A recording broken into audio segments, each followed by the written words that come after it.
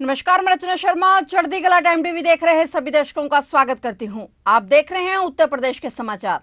Air India express flight अब बेंगलुरु, कोलकाता और अयोध्या जाने को तैयार है। दरअसल आज 17 जनवरी को कोलकाता और अयोध्या के बीच पहली एयर इंडिया एक्सप्रेस फ्लाइट का उद्घाटन हो गया है। केंद्रीय नागरिक उड्डयन मंत्री ज्योतिरादित्य सिंधिया और उत्तर प्रदेश के मुख्यमंत्री योगी आदित्यनाथ ने बेंगलुरु, कोलकाता और अयोध्या के बीच पहली एयर इंडिया एक्सप्रेस फ्लाइट का उद्घाटन कर फ्लाइट को हरी झंडी दिखाई है। इस दौरान उत्तर प्रदेश के मुख्यमंत्री योगी आदित्यनाथ को कोलकाता और अयोध्या के बीच पहली उड़ान के लिए बोर्डिंग पास मिला। तो वहीं केंद्रीय नागरिक उड्डयन मंत्री ज्योतिरादित्य सिंधिया ने कहा कि 5 अंतर्राष्ट्रीय हवाई अड्डे उत्तर प्रदेश में स्थापित हो गए हैं या होने जा रहे हैं। आज अयोध्या को बेंगलुरु और कोलकाता से एयर इंडिया एक्सप्रेस के माध्यम से जोड़ा जा रहा है। इस मौके पर सीएम योगी ने जानकारी देते हुए बताया कि बुधवार से नागर विमानन मंत्री ने कोलकाता से अयोध्या के बीच एयर इंडिया की एक्सप्रेस वायु सेना की शुरुआत कराई है। इससे अयोध्या और यूपी के लोगों को भी बड़ा फायदा होने जा रहा है। उन्होंने कहा कि वो नागर विमानन मंत्री ज्योतिरादित्य सिंधिया और केंद्रीय मंत्री वीके सिंह का विशेष धन्यवाद देना चाहते हैं, क्योंकि उनके ही सहयोग से आज यूपी एयर कनेक्टिविटी के क्षेत्र में नित नई उड़ान भर रहा है। हम सभी के प्रेरणा स्रोत पीएम मोदी के कारण ये सारे काम चरितार्थ हो रहे हैं। वहीं अयोध्या के इंटरनेशनल एयरपोर्ट का भी सीएम योगी ने जिक्र किया।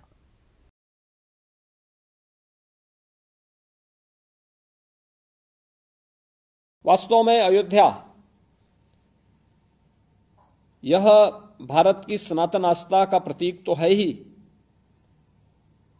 लेकिन मैं बार बार इस बात को कहता हूं कि प्रभु श्री राम हमारे धर्म, अर्थ, काम और मोक्ष इस पुरुषार्थ चतुष्टय के प्रतीक भी हैं। अयोध्या के अंदर 500 वर्षों के एक लंबे अंतराल का सामना करने के बाद पूरे देश ने अपनी आस्था को अयोध्या के प्रति व्यक्त किया और आज उसका परिणाम हम सबके सामने है। 22 जनवरी 2024 को रामलला विराजमान होंगे अपनी जन्मभूमि पर अपने मूर्त रूप में। स्वाभाविक रूप से पूरे देश के मन में अयोध्या आगमन के लिए एक उत्सुकता है, एक आतुरता है।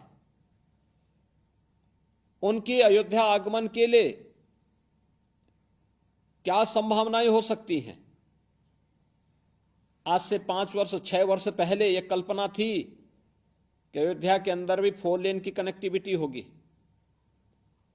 अयोध्या रेलवे लाइन की दोहरीकरण कार्य से जुड़ेगा। अयोध्या में पवित्र सरयू नदी में क्रूज सेवा प्रारंभ होगी और अयोध्या में इंटरनेशनल एयरपोर्ट हो।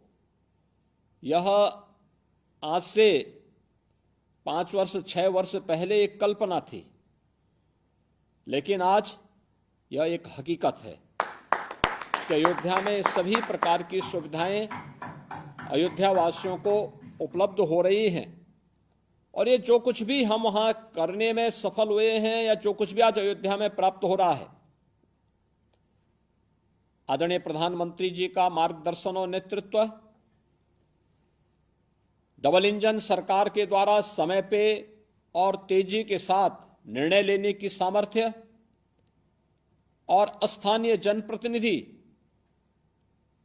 में श्री लल्लू सिंह जी जैसे योग्य और लोकप्रिय जनप्रतिनिधियों की सक्रियता इन सभी कार्यक्रमों को आगे बढ़ाने में सहायक रही है। सिखों के 10वें गुरु श्री गुरु गोविंद सिंह जी महाराज का 357वां प्रकाश पर्व आज 17 जनवरी को धूमधाम से मनाया जा रहा है। आज देश भर में समागम करवाए जा रहे हैं। इसी कड़ी में आज श्री गुरु गोविंद सिंह जी महाराज के पावन प्रकाश पर्व पर लखनऊ में भी कार्यक्रम का आयोजन किया गया। उत्तर प्रदेश के मुख्यमंत्री योगी आदित्यनाथ ने आयोजित कार्यक्रम में शिरकत की। इस मौके पर संबोधित करते हुए सीएम योगी ने श्री गुरु गोविंद सिंह जी महाराज की शहादत को याद किया। सीएम ने कहा कि 10वें गुरु श्री गुरु गोविंद सिंह जी महाराज के उपदेश प्रेरणादायी हैं। हम सबको गुरु साहिब के दिखाए मार्ग पर चलकर उनके जीवन से प्रेरणा लेनी चाहिए। आज पूरा देश दशमेश गुरु महाराज की प्रकाशोत्सव के साथ जुड़ करके उनकी स्मृतियों को नमन करते हुए एक नई प्रेरणा प्राप्त कर रहा है। इस अवसर पर आप सबको और पूरे प्रदेशवासियों को मैं प्रकाश पर्व की हृदय से बधाई देता हूं, अपनी शुभकामनाएं देता हूं। हम सब जानते हैं गुरु गोविंद सिंह जी महाराज एक शहीद पिता के पुत्र हैं, तो शहीद पुत्रों के पिता भी हैं। गुरु तेग बहादुर जी महाराज ने शहादत की जो एक श्रृंखला धर्म की स्थापना के लिए, सत्य और न्याय की स्थापना के लिए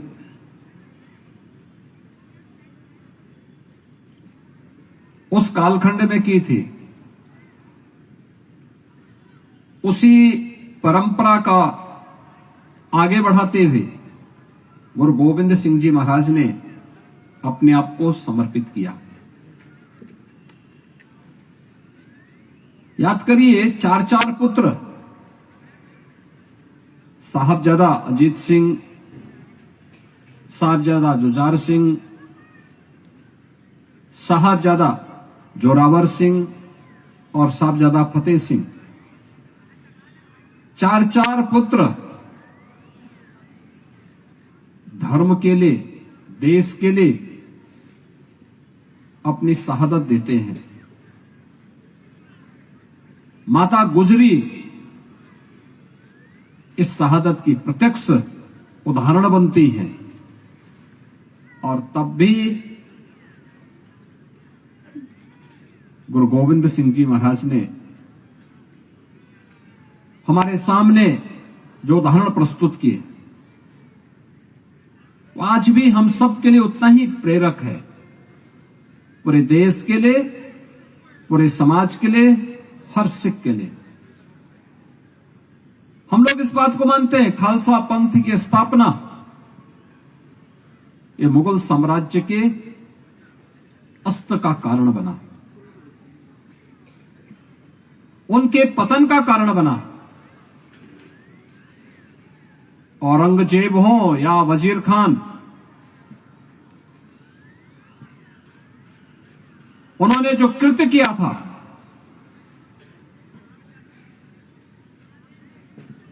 उस कृत्य की सजा परमात्मा ने उन्हें दी। लेकिन इतिहास में यह देखने को बहुत कम मिलता है कि कई कई पीढ़ियां देश और धर्म के लिए अपने आप को बलिदान कर दे।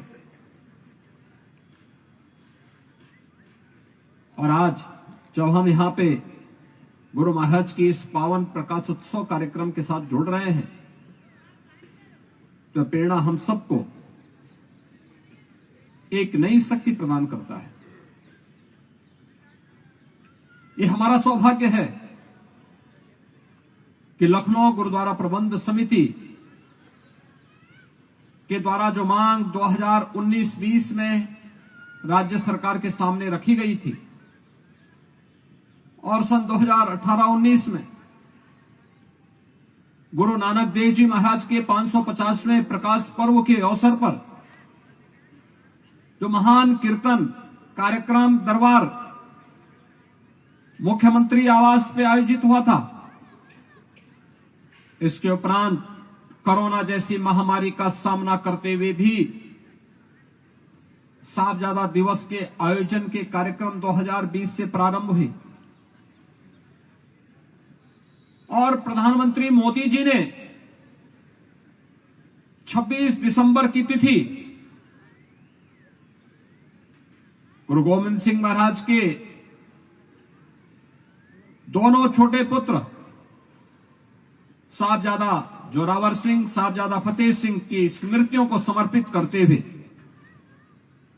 वीर बाल दिवस, साहबजादा दिवस के रूप में इस दिवस को राष्ट्रीय स्तर पर आयोजित करने का निर्णय लिया।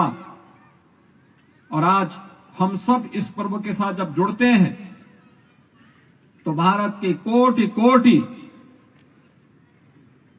नौजवानों के लिए वह एक नई प्रेरणा होती है। मुख्यमंत्री योगी आदित्यनाथ ने गोरखनाथ मंदिर में जनता दरबार लगाया। इस दौरान उन्होंने जनता दर्शन में आए सभी फरियादियों की समस्याएं सुनी। इसके बाद उन्होंने अधिकारियों को निर्देश दिए कि किसी की जमीन पर अवैध कब्जा करने वाले भू माफिया और कमजोरों को उजाड़ने वाले दबंग किसी भी दिशा में बख्शे न जाएं। उनके खिलाफ कठोरतम कानूनी कार्रवाई सुनिश्चित की जाए। सरकार का संकल्प है कि किसी के भी साथ अन्याय होने नहीं दिया जाएगा। बता दें कि गोरखपुर मंदिर में परिसर के महंत दिग्विजयनाथ स्मृति भवन में कुर्सियों पर बैठाए गए लोगों तक सीएम योगी आदित्यनाथ खुद पहुंचे और एक एक करके सबकी समस्याएं सुनी। इस दौरान करीब 150 लोगों से मुलाकात कर उन्होंने सबको आश्वस्त किया कि उनके रहते किसी के साथ नाइंसाफी नहीं होगी। सबके प्रार्थना पत्रों को संबंधित अधिकारियों को संदर्भित करते हुए त्वरित और संतुष्टिपरक निस्तारण का निर्देश देने के साथ लोगों को भरोसा दिलाया कि सरकार हर पीड़ित की समस्या का समाधान कराने के लिए दृढ़ संकल्पित है। कुछ लोगों ने भूमाफिया द्वारा जमीन कब्जा करने की शिकायत की। इस पर मुख्यमंत्री ने कहा कि भूमाफिया को करारा सबक सिखाया जाएगा। उनके रहते कोई भी किसी कमजोर या गरीब को उजाड़ नहीं पाएगा। मुख्यमंत्री ने पास में मौजूद प्रशासन और पुलिस के अफसरों को निर्देशित किया कि जबरन जमीन कब्जा करने वालों को चिन्हित कर उनके खिलाफ सख्त विधिक कार्रवाई करें।